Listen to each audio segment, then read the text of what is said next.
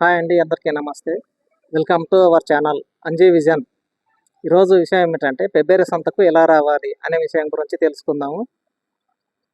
పెబ్బేరు సంతకు రావాలంటే హైదరాబాద్ నుండి ఇక్కడికి 150 కిలోమీటర్ల దూరం అవుతుంది.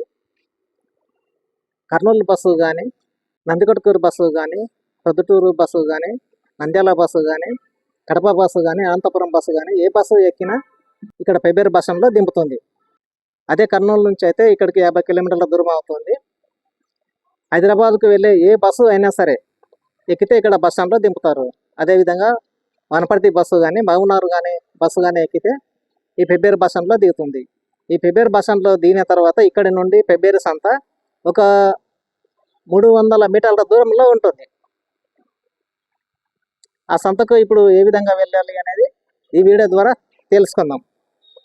ఎవరైనా సంత చూడనట్లయితే ఈ వీడియో ద్వారా చూసి మీరు సంతకు వచ్చి సంతలో ఉండేటువంటి అమ్మకపు ధరలు, కొనుగోలు ధరలు ఏ విధంగా ఉన్నాయో కూడా తెలుసుకోవచ్చు.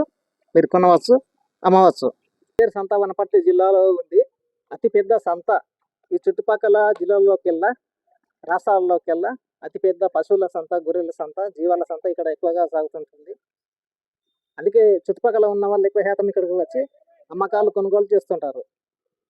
ఈ బస్ స్టాండ్కు దగ్గరలో మెయిన్ రోడ్ ఉంటుంది. ఈ మెయిన్ రోడ్ నుంచి ఒక 300 మీటర్ల దూరం నడిచి వెళ్ళాలి కాలినడకల, లేదంటే ఆటోకు కూడా వెళ్ళవచ్చు సంతకు. పెబ్బేరు సంతలో జీవాలకు, పశువులకు, గొర్రెలకు, మేకలకు, బర్రెలకు సంబంధించిన ప్రతి వస్తువు దొరుకుతుంది.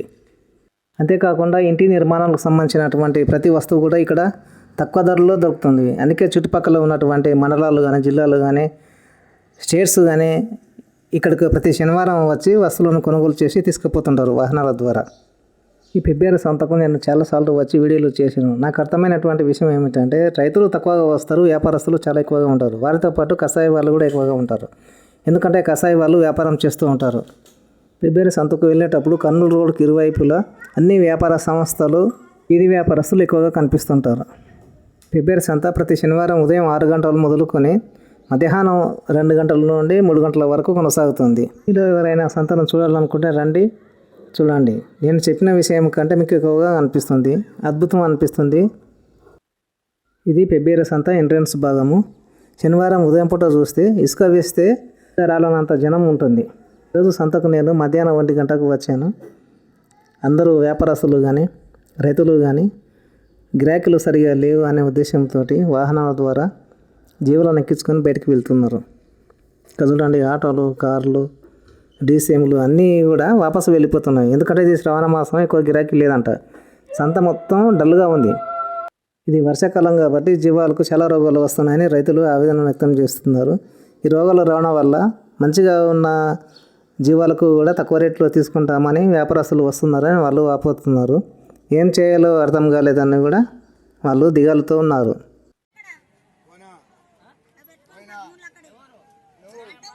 అదే బేరం అవుతుంది కదా, తీస్తున్నాను.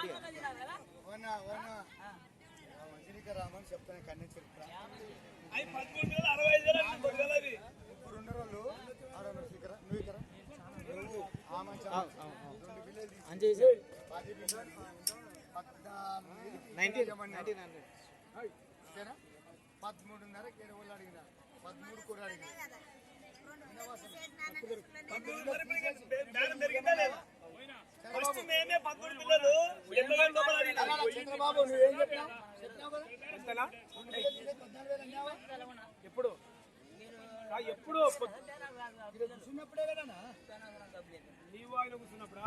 అదేనా? 14:30 వరకు 14:30 అన్నావు. 2,000 తీసి 14,000 పడుతున్నావా? మరి ఇప్పుడు కూడా తీసుకుంటున్నాం కదా. 14 కాదు, ఇప్పుడు కూడా 14 లాగానే చెప్పింది కదా ఆయన. ఎక్కువ చెప్పానా? మొత్తం తీసుకుంటున్నాడు.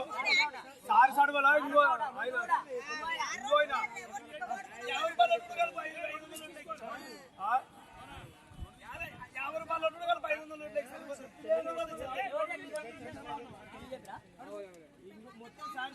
అదే మార్కెట్ ధరలు ఏ విధంగా ఉన్నాయని ఈ వీడియో చూసినాక ఎంత ఎట్లా ఉంటుంది అనేది.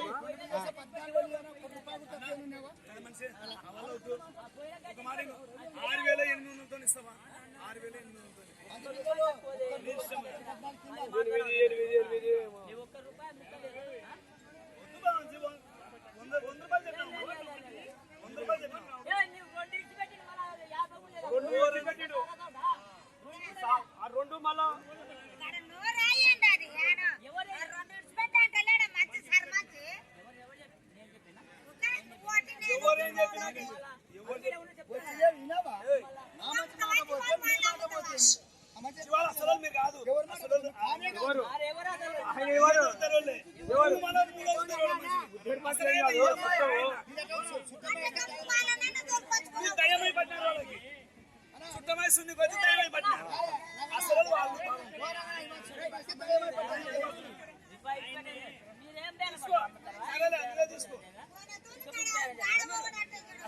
అసలు దాని ఆలోచించు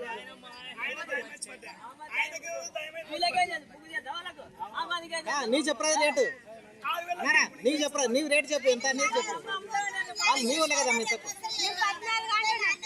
వాళ్ళేదో చెప్పు 100 రూపాయల కదా తక్కువనే ఉంది కదా 100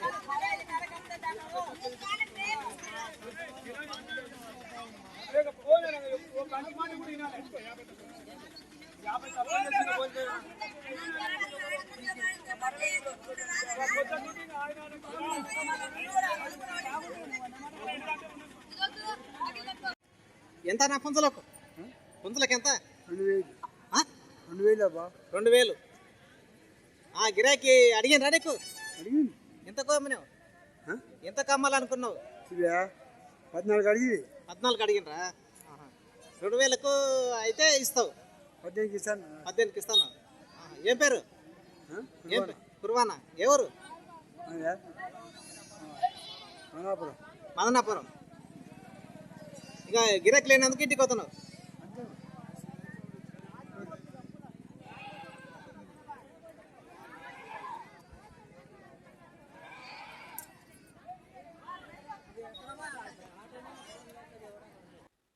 సంతలో ఈ వారం తగినంత గిరాకీ లేదని ఈ రైతు దిగిలిపోతున్నాడు. ఇదిగో రైతులందరూ కూడా తమ ఆవేదనను నాతో వ్యక్తం చేస్తున్నారు. ఈ జీవాలకు రోగాలు రావడం వల్ల వారం సంత డల్గా ఉందని బాధను వ్యక్తం చేస్తున్నారు. ఆటోలలో డీసీఎంలలో తిరిగి ఇంటికి జీవాలను తీసుకెళ్తున్నారు.